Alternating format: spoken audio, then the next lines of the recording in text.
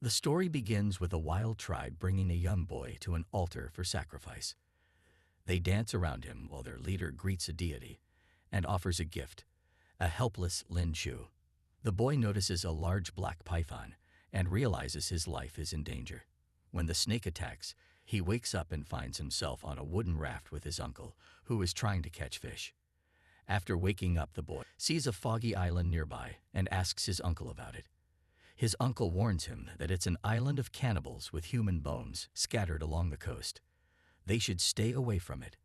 As they try to retrieve a fishing net, they don't realize that something huge and terrifying is swimming beneath their raft. Suddenly, the uncle falls into the water, causing great fright for Lin Shu. But moments later, the uncle resurfaces and assures him that he's fine, just tangled in the net. When they finally get back on the boat, they realize the current is carrying them toward the shore of the cannibal island. They struggle to swim away from it. At some point, the uncle turns around and realizes that Lin Shu has disappeared. He calls out for him and tries to find him. Suddenly, he spots a gigantic snake, the king of snakes, and fearing for his safety, the uncle hurriedly swims away. When he returns home, he informs Lin Shu's father, his own brother Tan Shu, about what happened. Meanwhile, Lin Shu, who is lonely and lost, explores the cannibal island unknowingly surrounded by small snakes. He trips over a stick and stumbles upon a massive snake skin. As he hears a strange noise, he turns around but sees no one. Suddenly, a wild plant attacks him and pulls him into its dungeon. Trapped in the root system, Lin Shu sees human bones and realizes he's in trouble. He cries and screams, desperately calling for his parents. Soon, an unknown mucus drips onto his hand, and as he looks up, he sees a hungry royal flower ready to devour him. Lin Shu's parents are determined to go to the cannibal island and save their son. A group of treasure seekers led by Mr. Zhao agrees to help them. They hope to find valuable plants on the island for easy money. However, the village elder is against it because the island is cursed and could bring destruction to the area. Tan Shu and his brother are not afraid of the curse because their son is in danger and needs their help. Xiao also doesn't mind them going to the island because it's silly to believe in old stories and non-existent curses. The group arrives at Cannibal Island and starts looking for Lin's missing shoe. Zhao tells his team to search for valuable plants that can improve their finances. One of them finds snake eggs and brings them to Zhao, but he's disappointed because they are useless. However, he notices a beautiful red flower and orders his team member to cut it down. When the assistant starts using a pickaxe, a black snake appears and kills him. The group hears his scream and realizes something has happened. Meanwhile, Lin's mother finds her son's shoes, confirming that he was on the island. The Snake King attacks the group, and they run away. At one point, they are attacked by a living plant and dragged underground. In a dreadful place, they hear the boy's cry for help and rush to assist him. Meanwhile, Zhao and his team see human bones from which aggressive snakes emerge. The snakes attack the group and force them to flee as quickly as possible. The group, including the seekers of easy prey and Lin's family, run away. Before climbing out, Lin stops and takes a snake egg, hiding it in his bag. At the top, Lin's mother and later Zhao pass out from snake bites. Upon returning to their village, the group asks the doctor for help, but he can't do anything. The village elder is angry because he warned them about the potential consequences. They discover that their village is under attack by angry snakes, and all the villagers leave to fight them, leaving Lin and his sick mother behind. Before she dies, Lin's mother asks him to love nature and gives him a pendant. Some time later, Lin notices that the egg he took has hatched into a golden snake with silver spots. He takes care of her, names her Xiaohua, and hides her from his father, who would disapprove. Soon, Lin's father discovers the snake and orders Lin to get rid of her. Unable to protect his friend, Lin runs to the riverbank and releases Xiaohua. Other snakes appear and take Xiaohua with them, leaving the city's inhabitants alone. 10 years later, Lin works as a biologist and studies plant genetics in a private clinic. He still remembers the symbols he saw in the cave on Cannibal Island and considers returning there. His uncle informs him that the villagers are sick with the plague caused by snakes. Lin attends a meeting where Dr. Lai announces that they have obtained a unique golden and silver flower that may grant immortality. To acquire more samples, they need to go to Cannibal Island, where Lin lives nearby. Lin is appointed as the group leader and meets Dr. Lay's charming daughter, Lily. A couple of days later, Lin and the scientists arrive at the village, witnessing a terrible scene with snake skins scattered around and afflicted patients constantly itching. For the first time in a long while, Lin Shu is at home. He goes to his mother's grave to pay his respects.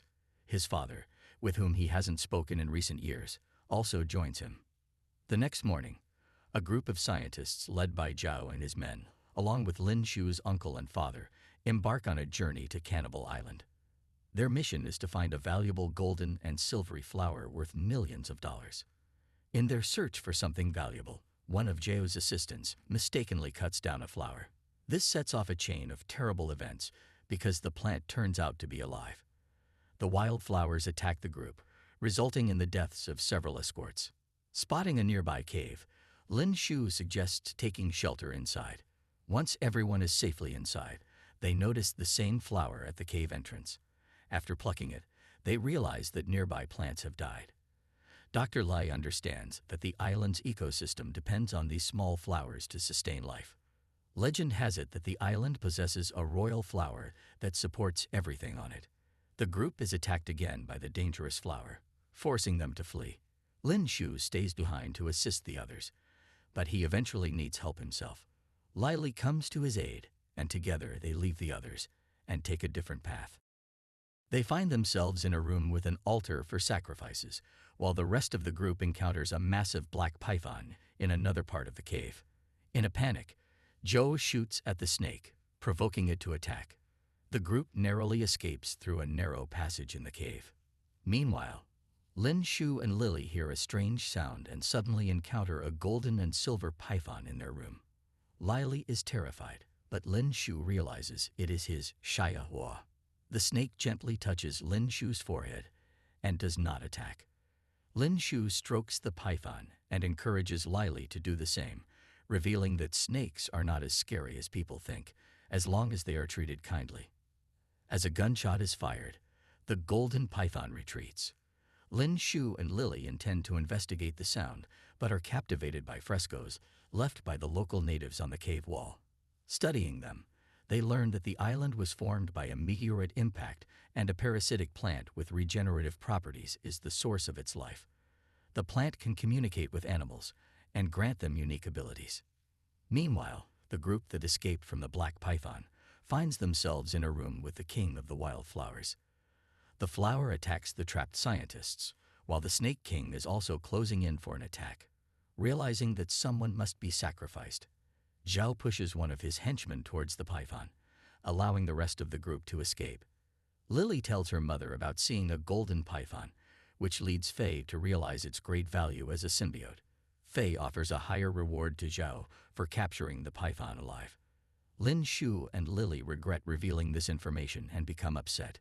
Soon, the group discovers the golden python attempting to heal the Snake King's bullet wounds. Lin Shu notices a golden scale falling off and realizes that his Sao Hua is a symbiote of both snakes and healing plants. Fei insists on capturing the golden serpent at any cost, disregarding her daughter's objections, despite the danger they face.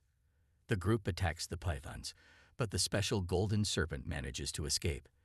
The Snake King rejects the intruders and punishes them severely for entering their territory.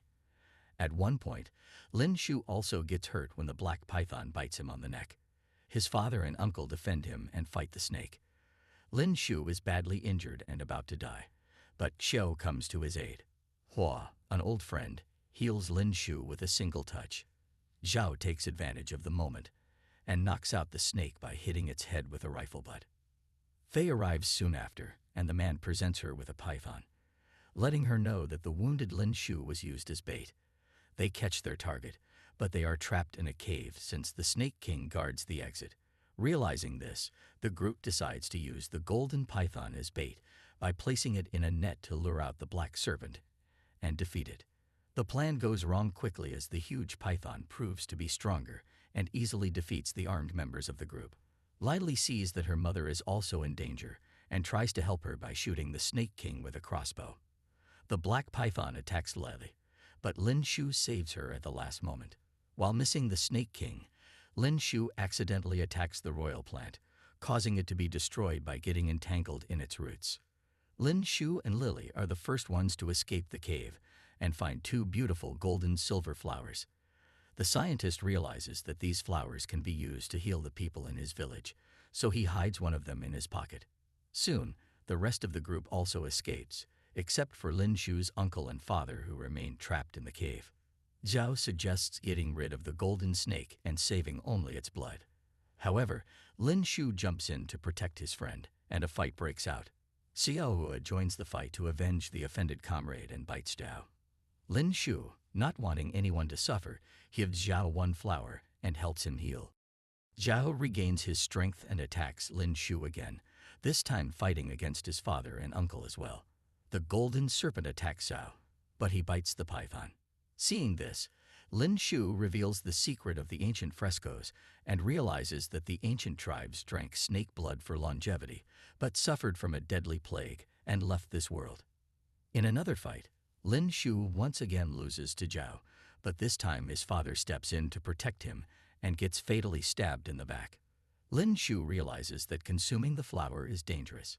It should be given to the snakes instead. It becomes clear that nature doesn't allow anyone to break the rules and live forever. The disappearance of the ancient tribes was due to the plague they contracted, forcing them to leave this world. Fei's armed guards try to eliminate Zhao, but he proves to be too strong and sends Dr. Lai to the other world. Once Zhao and Lin Shu engage in a fight, the rest of the group tries to escape. Li wants to help Lin Shu and returns with a crossbow, but she fails to hit her target. Zhao shoots Lin Shu, feeling an incredible surge of strength, when suddenly the Snake King attacks him and drives him away. The island begins to crumble, and the group rushes toward the shore. Trees block their path, but a golden python comes to their aid. On the shore, Lin Shu notices that the snake is sick and decides to feed it a second healing flower. Fei asks for the flower, as it would save her from bankruptcy, but for Lin Shu, his friend's life is more important than money. By saving Shou's life, Lin Shu returns to his village and develops a medicine to help its inhabitants get rid of the plague.